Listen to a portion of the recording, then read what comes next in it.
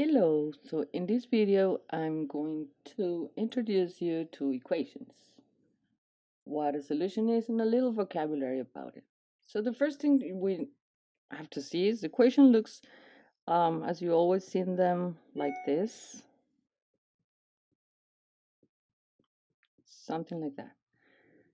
To analyze this equation we see that you have here, this is called an expression.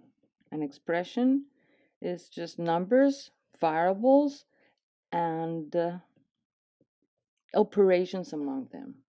Then you have another expression here, and you must have an equal sign. So you have an equation when you have expression equal to an expression. X, of course, is a variable, and it is a quantity. A little terminology about this is, for example, the expression, the one on the left, 3x plus 4, by itself, that's an expression. And because there's one positive sign there, we have one and two pieces. Those pieces are called terms. So this expression has two terms, either positive or negative. 3x minus 4 has two terms also. When an expression has two terms, it's called a binomial. Okay? Then an expression like 3x squared minus 2x plus 1 has three terms. And when you have three terms, the expression is called a trinomial. Four terms and up, they don't have names. And they look like 3x to the third power plus 2x squared minus x minus 3, for example. That has four terms. So terms are determined by addition or subtraction. Here, 1, 2, 3, 4 terms. So this is the vocabulary we're going to use. This is called a term. Then the other vocabulary is going to be a factor. So what's a factor? Factors are things that are multiplying. So the expression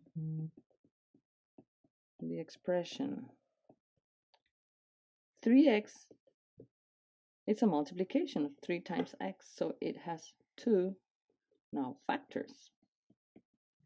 And the factors are 3 and x. Also an expression like this. How many factors you think we have there? X squared is really x times x. So we have two factors again. So we have two factors, and the factors are x and x. Let's repeat it. Another way you can see factors is x times x plus 1. The multiplication sign is here, so we have, again, two factors. So how many factors would an expression like this 1 have, say, x cubed, x minus 1 half? So multiplication sign here and here. This is one factor. The 1 half is one factor. X cubed has three factors. 3x is there. And x minus 1 is one factor. So we have 1. Here we have three factors. And here we have one more factor. So in total, we have 5 factors in this expression. So talking about a solution to an equation. Solutions to equations are numbers we find for x that when we plug into the equation, we get a true statement. So suppose we have 3x plus 1 equals 7.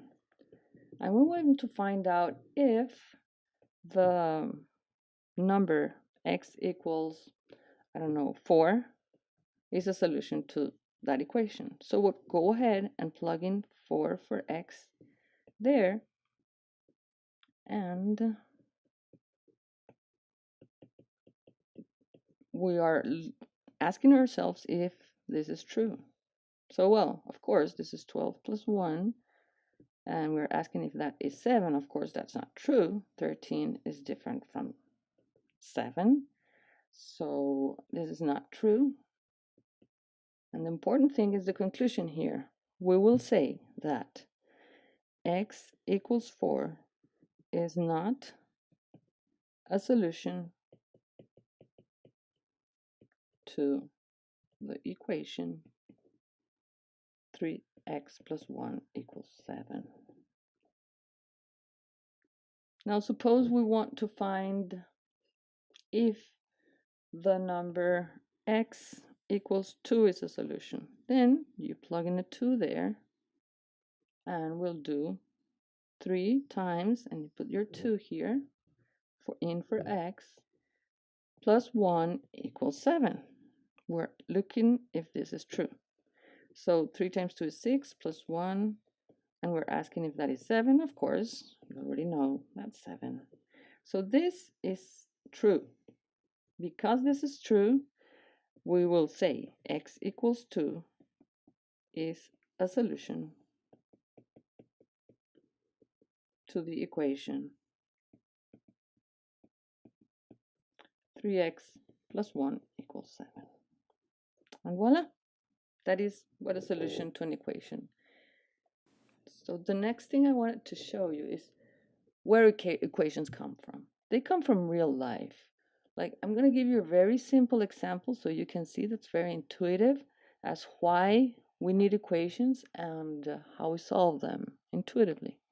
So if you're in real life and let's suppose that x is the number of cell phones I'm going to buy. Suppose you have some amount of money and you want to buy an amount of cell phones for resale or something. Okay, and let's say that each phone costs $150. And suppose that you have $900. I know that you intuitively are going to divide 900 by 150, of course, because 150 times x is going to be the cost of buying x phones, right? And you'll naturally going to divide. And look, this is exactly what we do in an equation. You would have then to say that the cost, if the cost, and you equal that to 900, that's the amount of money you have. If you solve for x, you would have the number of cell phones you can buy with $900, which is, of course, the division, because to solve this equation, we would divide here by 150, both sides of the equation, and we get x equals 900 over 150, the division, the intuitive thing. All right? So this is why it's necessary to solve equations. And we need really procedures, because imagine you were going to give numbers for x here, and then try 150 times 3. Is that 900? No. 150 times 4. Is that 900? And go on and on and on like that. That wouldn't be really efficient. So the idea is find procedures, general procedures to find values of x that solve the equation. Okay, so next time I see you, I'm going to give you the basics in solving equations. So we're going to solve for x. Bye.